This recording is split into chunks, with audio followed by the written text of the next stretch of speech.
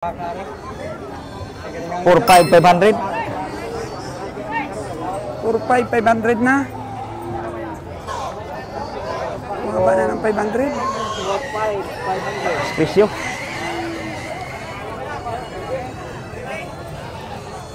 Yan po ang presyong kalma ni Nalon. Kalamara, purpur. Purpur lang. Kung si Kabeng Roger, pili-pili, presyong pili-pili, ikaw naman ngayon, presyong kalmang-kalma. Kalma-kalma lang ta. Yan po mga kagandang buhay, ang ating pamimili po dito sa La Libertad Livestock Auction Market. Presyong pili-pili at presyong kalma-kalma. Eh, kabiyahing Winnie naman kanina, presyong siniguro. Grabe, kaya binili ni kabiyahing Roger yung 3 for 140K niya. Kasi siniguro man ko no, presyong siniguro.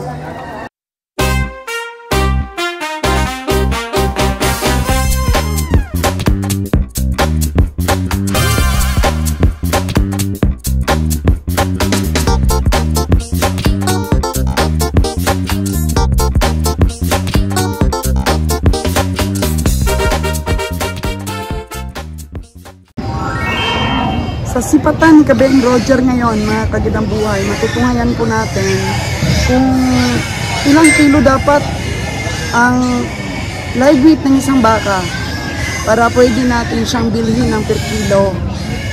At kung bakit po mga kagandang buhay, mas magaan yung karne ng kalabaw kapag po ito'y ginagamit sa pag-araro. So, gaano ba si Kabeng Roger mag-adjust ng price? Isa din po yung dapat i-consider po ng mamimili yung mga ganun po kasi na ano na yan, na-observe na po ng aming mga kabiyahian, mga kagandang buhay. Kaya dito po sa aming mga vlogs, marami po kayong matutunan na pwede nyo pong ilista na mga dapat i-considera sa pamimili po.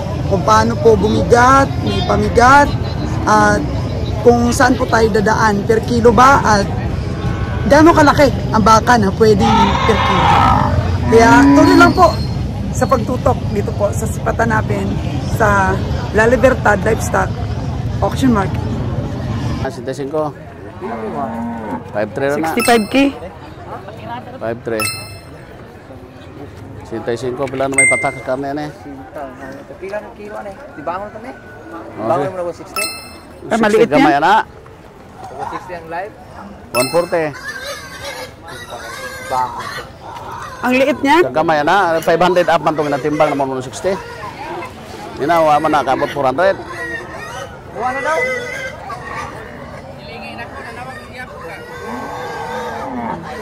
Joy pala yung tumawad eh.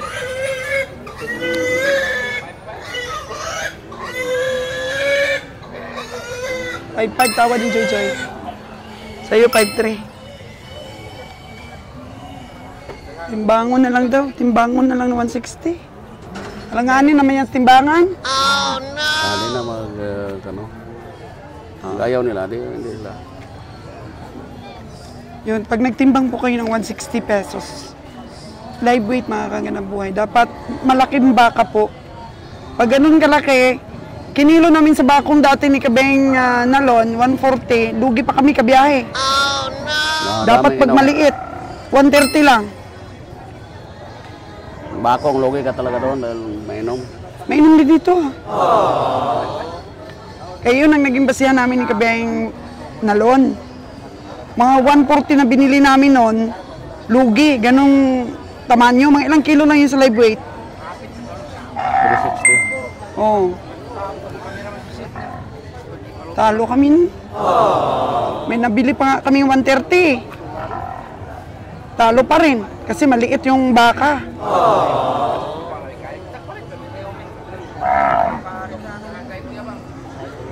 Live weight. Tapos sabihin na naman, mas mahal pa daw ang live weight ng baboy kaysa sa baka. Iba ang baka? Iba ang baka eh. Maraming karkas ang baka? Balat. At saka yung mga lamang loob. Ulo, ang laki kaagad. Aming kaltas. Magkaiba po ang live weight ng baka at saka baboy. Kasi ang baka, maraming kaltas.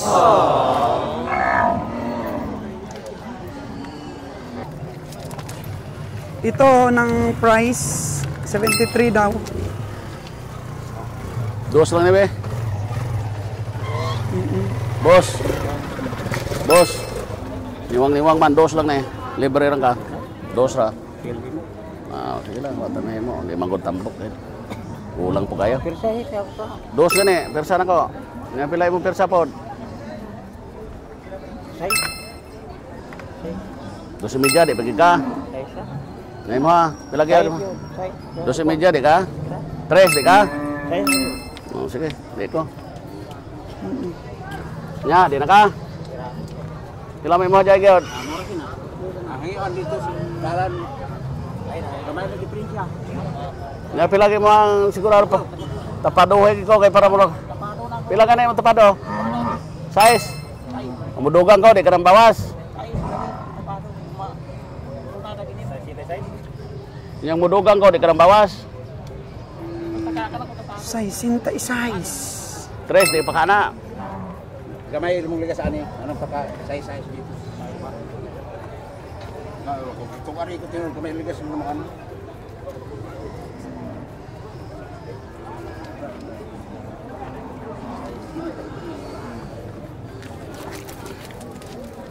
Quatro, di ka? 64 na to, di ka biyahe. Nga pila ko ma.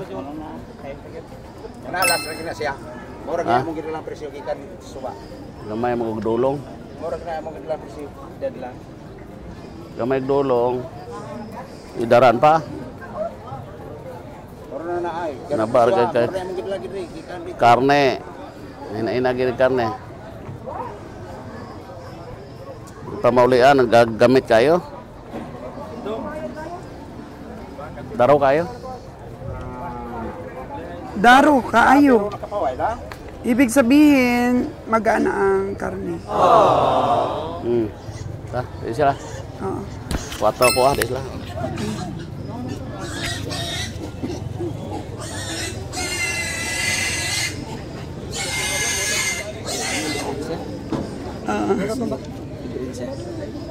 $2,000. Size man siya. 66 versus 64 na kabihan. Hindi naging success ang tawaran. So, isa pang highlights natin mga kagandang buhay, ang kalabaw po na sagad sa trabaho, sa pag-araro ay magaan po ang karni. At napatunayan na po namin yan. Shout out po sa aking mga viewers na gustong matuto sa sipat. Alam ko maraming nanonood sa inyo para matuto po dito sa mga kalakaran sa stockyard. Kung hindi ka po mamili, hindi ka rin po matututo sa pag-estimate. O kagaya ni Kiloy. sanay na yan sa pag-estimate kahit ipikit pa niya yung mga mata niya. So, dapat po nating ilista talaga yung mga dapat nating pag-aralan. 73,000 po itong kalabaw na to. So, nag-adjust po si Kabeng Roger, 64. Hanggang 64K lang po ang sipat ni Kabeng Roger. 2,000 na lang po ang gusto ng nito, ng sealer. Kasi gusto ng sealer 66,000. Pero, sabi ni Kabeng Roger, adjust tayo. Adjust tayo at huwag nating ibigay yung 2,000 kasi nga ang kalabaw na to ay gamit na gamit sa pag-araro. Diba? So, magtatanong kayo bakit magaan ang karne ng nag-aararo? Diba mga kagandang buhay, magaan naman talaga sa timbang yung mga tao po, kung sa tao ang basihan natin na laging nag-i-exercise. So, healthy po sila. Wala po silang mga stored fat. Kaya nag-adjust si Kabeng Roger ng 2,000 para sa panimbang ng kalabaw na to. So, lagi po nating tandaan na kapag ang hayop, pagka nagamit po sa matinding trabaho, adjust po tayo. Magkano po ang timbang niyan? At kung magtatanong kayo bakit, ang sagot po namin dyan, naobserbahan na po namin. Compared po sa mga hayop na hindi po ginagamit sa pag-araro. O mas bata po na mga kalabaw na magaganda po yung kanyang mga laman. So, isa pa pong natutunan namin, mga kagandang buhay, mahilig po kasi si Kabeng Winnie at si Kabeng Nalon sa pamimili ng mura. Doon sila sa mura po. O kahit na medyo kulang sa panaba ang kalabaw. Sa study po namin, itong mga nakaraan lang, lugi pa rin po kahit mas mura yung mga kulang sa panaba. Compared po sa mga bilugan. Kasi ini-emphasize si Kabeng Roger, dapat hindi mabigat ang buto. Mas mabigat ang karne. So piliin natin yung matataba. Ito ko rin. Baru ka na mo nga mo yan. 58 ko. 58 lang daw siya. 58. Holstein na, baru pa ko na rin madam, ipakita. Araw mabidyo na. Holstein ba yung ano mo? Baka mo, Holstein? Ipadali ko na rin, kaya pakita mo na. Sige be. 58 talaga gusto mo. Magkano ang tawad ni Nalon? 55. 55. Natawaran na daw ng 56. 52. 52. Saan? Tawad ni Nalon. 58. 52. Kanay mo 52 po na, di madala? Ha? 52 po dito? 52 pa rin pa yung presyo, ha? Sige, hatak na lang, Jojo, kaya di, amigwain, Jojo. So may nagtawad na daw ng mataas-taas, ibigay na lang daw sabi ni Nalon. Parang yapis man lang yung loan. Talo kanya 50. 52. Mataas lang nung pama, Adam. Ingat sa pagbili lo na, ingat. Mukhang maliit. Maliit ka rin. Ito lo, no, yung puti, magkano yun? 50 kuha nyo, Adam, 5-6 yung baligya. 50. Bakit 52 ito, 50 yun? Dako magkaipaglanta na ko ni ganyan, Adam. May karoon, ni kamay man. Gamay naman siya. Kamay na siya. Maliit na siya. 48 na lang. Oo. 48 na lang. Maliit, totoo yan, Lon. Baka na mata-mata ka lang.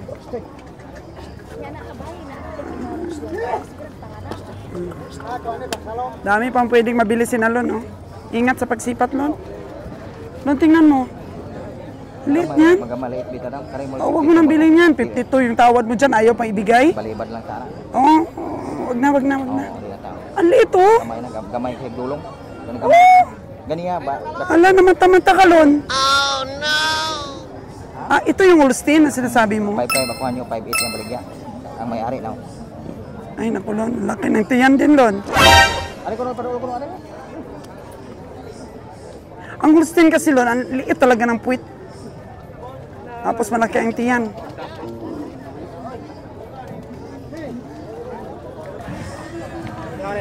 Maliit talaga ang puwit, Lon, oh. Bakit kaya ganyan ang Holstein? Mura man ay pur madam, dagko siya og buto. Malalaking buto, mga payos ang buwit. Puwit. Ang puwitan ba, walang halos laman. Dako siya melodin siya. Oo, habwa. Amo ni giyan yo sa isang semana og 5-5. Pero Naghanyo 5-6 kung batan ano. Balon. sige lang. So ilan pa lang nabili mo, Lon? Isa pa dam. 5-1 200. O, isa pa lang po. Sa karami-rami pong baka, isa pa lang nabili ni Nalon. Isa pa dam. Pili-pili lang ko. Team pili-pili. Pili-pili lang.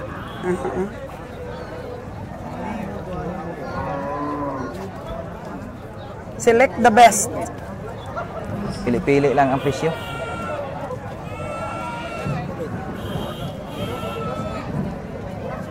Taas ang presyo.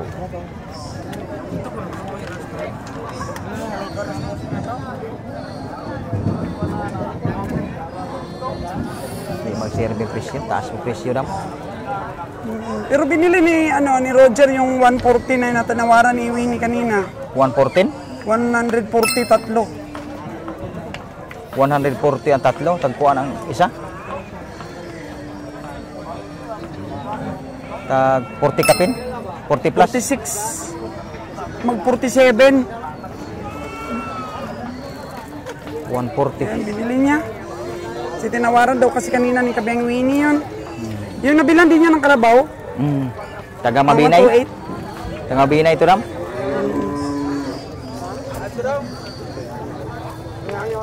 Taas man dong. 50 lang ko dong. Ito dong, nagkagamay o kadugay dong.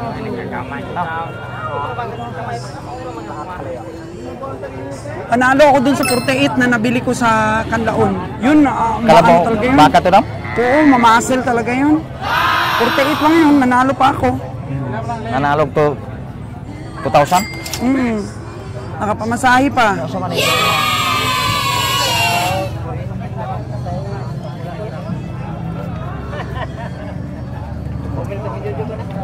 Di na ko kapas gyud anak anyo jojo tay. Kulo kapas gyud tay. Kapas gyud anak. Kana bitaw among tarong hanyo anak itugot nimo 43 among palito na. Ha? Sige na. Kay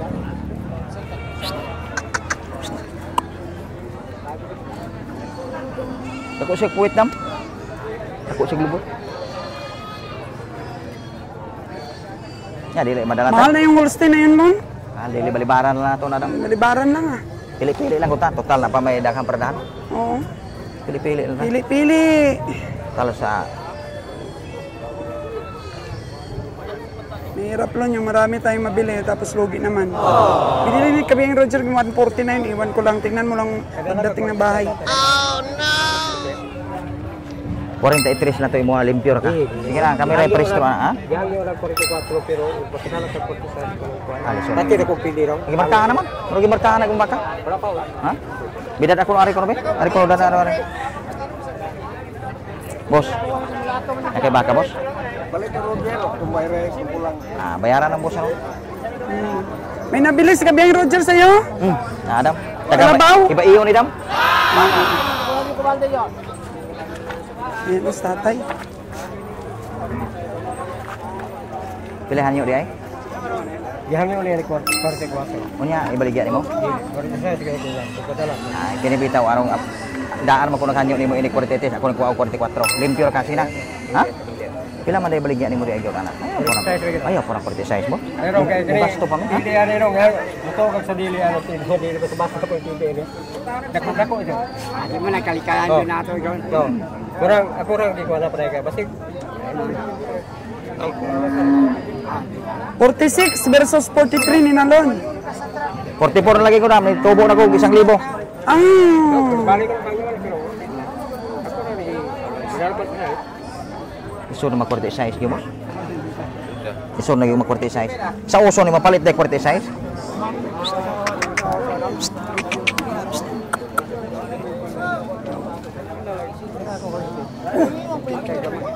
balibaran ako nung Holstein to. Taas na yun. Ang Holstein, balibaran na nato.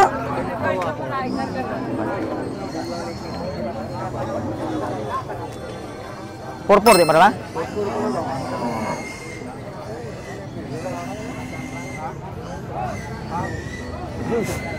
Taas ng presyo. Taas ng presyo.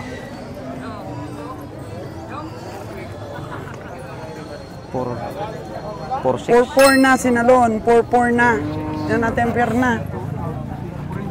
4 na. 4-4. Mahirap talaga mag-estimate ng baka, no? Mahirap na. Labing mamahal ang presyo. Huwag nang pilitin lang. Kung mahimo pa, mahirang kukuso ng tagiya para itugot.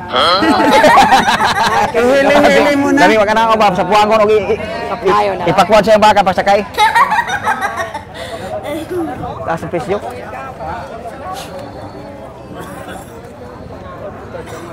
Sa mataas makay presyo. Ganiya ko no, gianyo na kuno na 49. Ha? 47 ko no, wapay klaro. Kani ato klaro man kay nagatubangay man ta. Lisod man ang presyo nga. Sana may sakyal. Oo. Sakyal dami ka. Okay.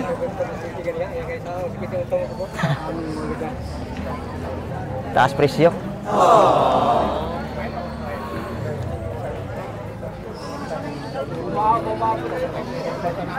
Itong Holstein na to, Lon, tingnan mo. Wala talagang laman ang puwit. Wala dam. Tapos ang laki pa ng tingnan, parang buntis pa.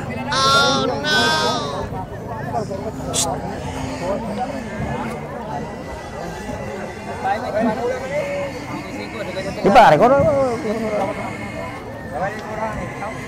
52 sa mga nyo, di pa ka na?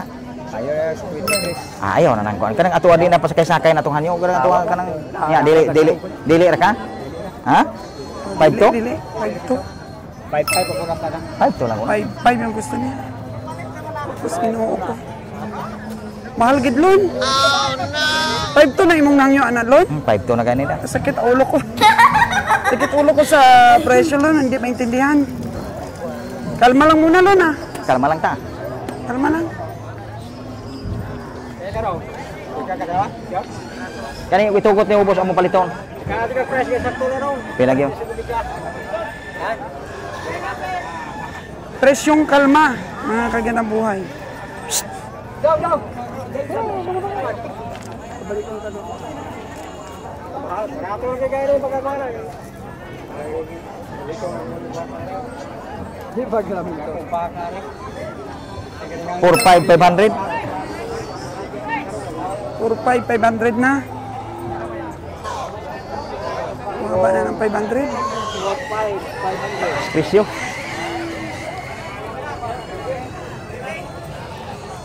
Yan po ang presyong kalma ni Nalon. Kalma na purpur. Purpur lang. Kung si Kabeng Roger, pili-pili, presyong pili-pili, ikaw naman ngayon, Ito lang. presyong kalmang-kalma. Kalma-kalma lang ta. Yan po mga kagandang buhay, ang ating pamimili po dito sa La Libertad Livestock Auction Market. Presyong pili-pili at presyong kalma-kalma. Eh, Kabiyahing Winnie naman kanina, presyong siniguro. Grabe, kaya binili ni Kabiyahing Roger yung 3 for 140K niya. Kasi siniguro man ko, no? Presyong siniguro. 140.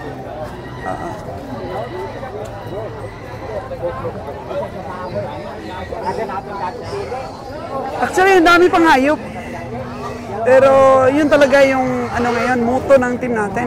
Presyong kalma-kalma at presyong pili-pili lang. Para wag madisgrasya, Wayne. Lon, ayaw natin madisgrasya ulit. Lugi. Logi ta. Dili So- magsigkalugi. Almost natawaran na ninyo ito. Asa man dam? Lahat yan. Natawaran na.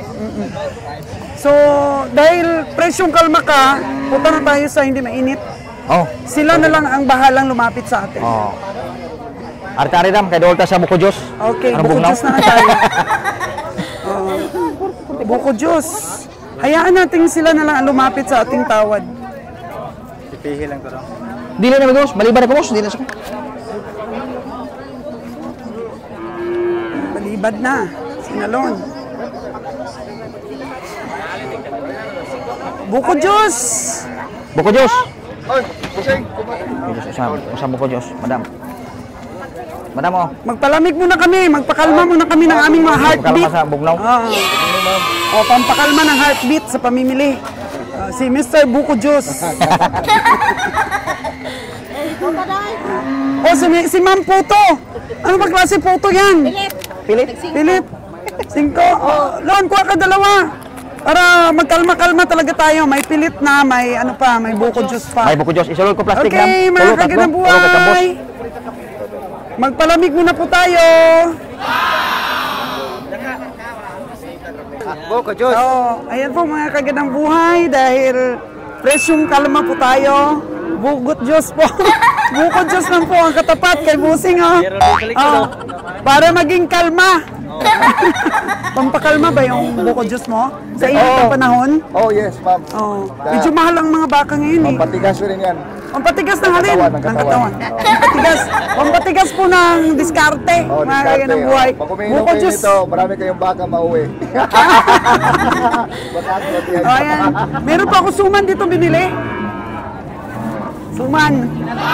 Suman po, mga kagandang buhay. Kaya after nating mainom ito, baka madagdagan ni Nalon yung kanyang binili.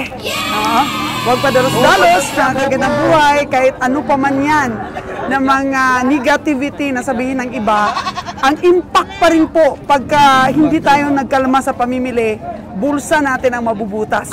Wala tayong pangsweldo, hindi kami masaya paglugi dahil maraming expenses po. Walang pambili ng bigas ang ating mga sipatador. Kaya, buko para kumalma. Time check po natin mga kagandang buhay is pasado na alas 9 ng umaga. Super init talaga dito sa sa bloke. La Libertad. Ayan, mga hindi nabili. Still negotiation pa po. Sinalo, nakita natin, sabi ni Kabeng Roger, finishing na daw, finishing. Ayan. Bayaran na yung mga nabilhan, tsaka i-finish na yung mga natawaran, kasi alis na tayo. Oo. Ang amin pong schedule ngayong araw mga kagandang buhay is pupunta po kami ng Bakong Stockyard. Bakong Stockyard po. Tapos after namin magbakong stockyard, kinabukasan, si Kabeng Winnie po ay pupunta ng nursery. O, nursery na yon, nursery auction market. Kami na lang siguro ay pupunta sa doon, saan niya tayo? Anong stockyard yung punta natin? Bakong. At saka pagkatapos, kinabukasan? Abaka. Grabe. Yan po ang aming ang aming schedule. Si Winnie po sa nursery auction. So ayan, finishing na sinalon po. Last minute, last 2 minutes kung sa mga basketball pa. Yan, patindi. Grabe ang tindi ng init. Grabe. Tingnan na lang natin kung may mabili pa sinalon. Natawaran naman nila lahat. Almost po nang natira, mga kagandang buhay is mga alagain. Mga alagain po dito. Pero di kasi ako nagtanong ng mga presyo kasi nga hindi ko naman kursunada ang mga itsura. Hindi kasi mataas ang genetics na nakikita ko dito mga kagandang buhay. The same lang po. Mga native.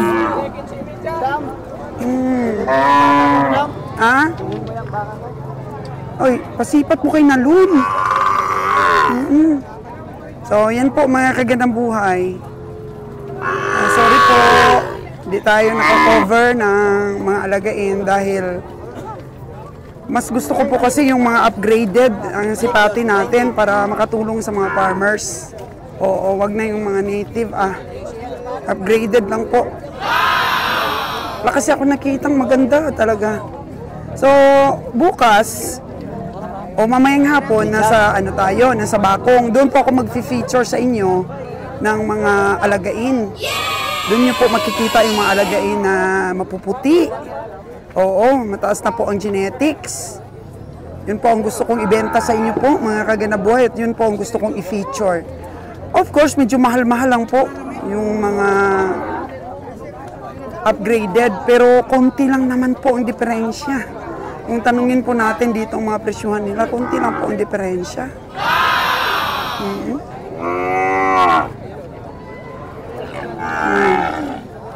Konti lang ang diferensya ng presyuhan para sa mga upgraded natin. At maganda pong alagaan yung mga puti. Tsaka yung mga brown po na alam natin mataas ang genetics.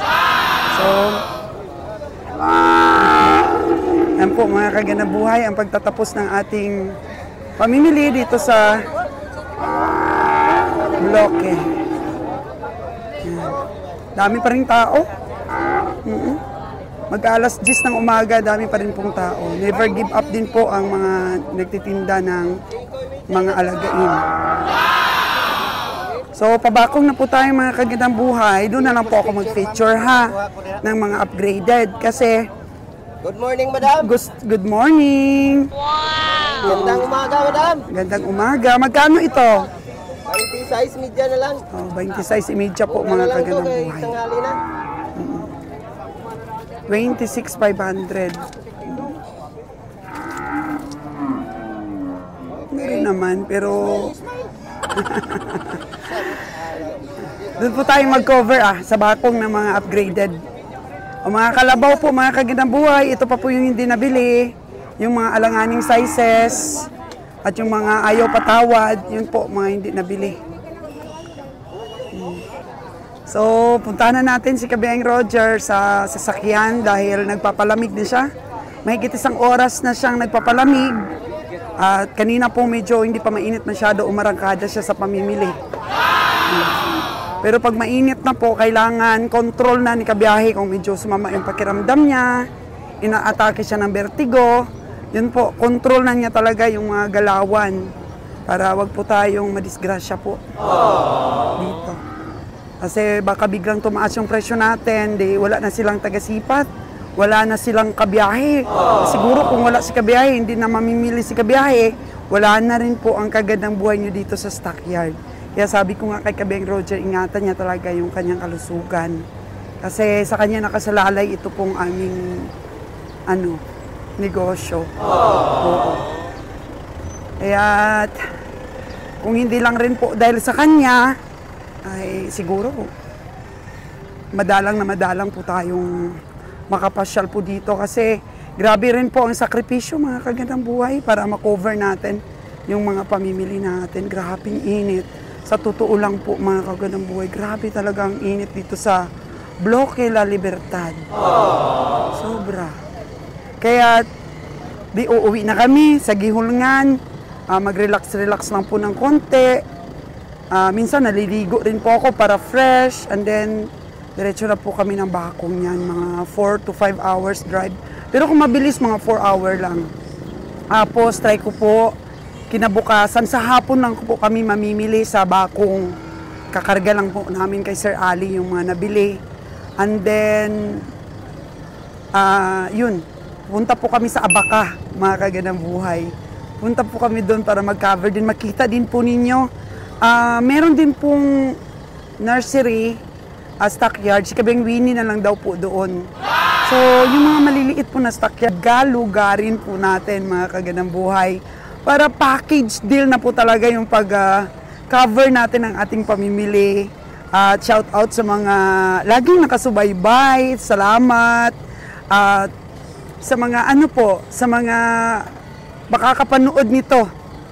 Kahit late nyo man itong mapanood, kahit ilang years pa na napanood nyo ito at may balak po kayong tahakin ang livestock buying for slaughter, review nyo po lahat ang journey namin. Marami po kayong matututunan.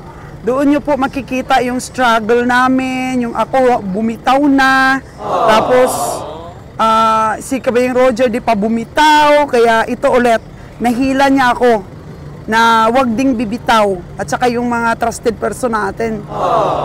Siguro kung wala talagang trusted person dito, nakatuwang si Kabiyaing Roger, hindi rin po kaya ito pong pamimili natin para ipakatay. Shout out din po sa bago nating tagakatay ng kalabaw. At kay Sir Junril, depende lang po yan mga kaganaboy sa samahan kung kanino po tayo tatagal at kanino po tayo mag-stay. Depende po yan sa pag-alaga. Diba? Parang relasyon na rin po ng mag-asawa o magnobyo. Ayan, kailangan natin alagaan ng isa't isa para po wag tayong maghiwalay at para po magsama tayo ng matagal, magsama tayo ng hanggang may buhay. Thank you so much mga kagandang buhay. I love you all.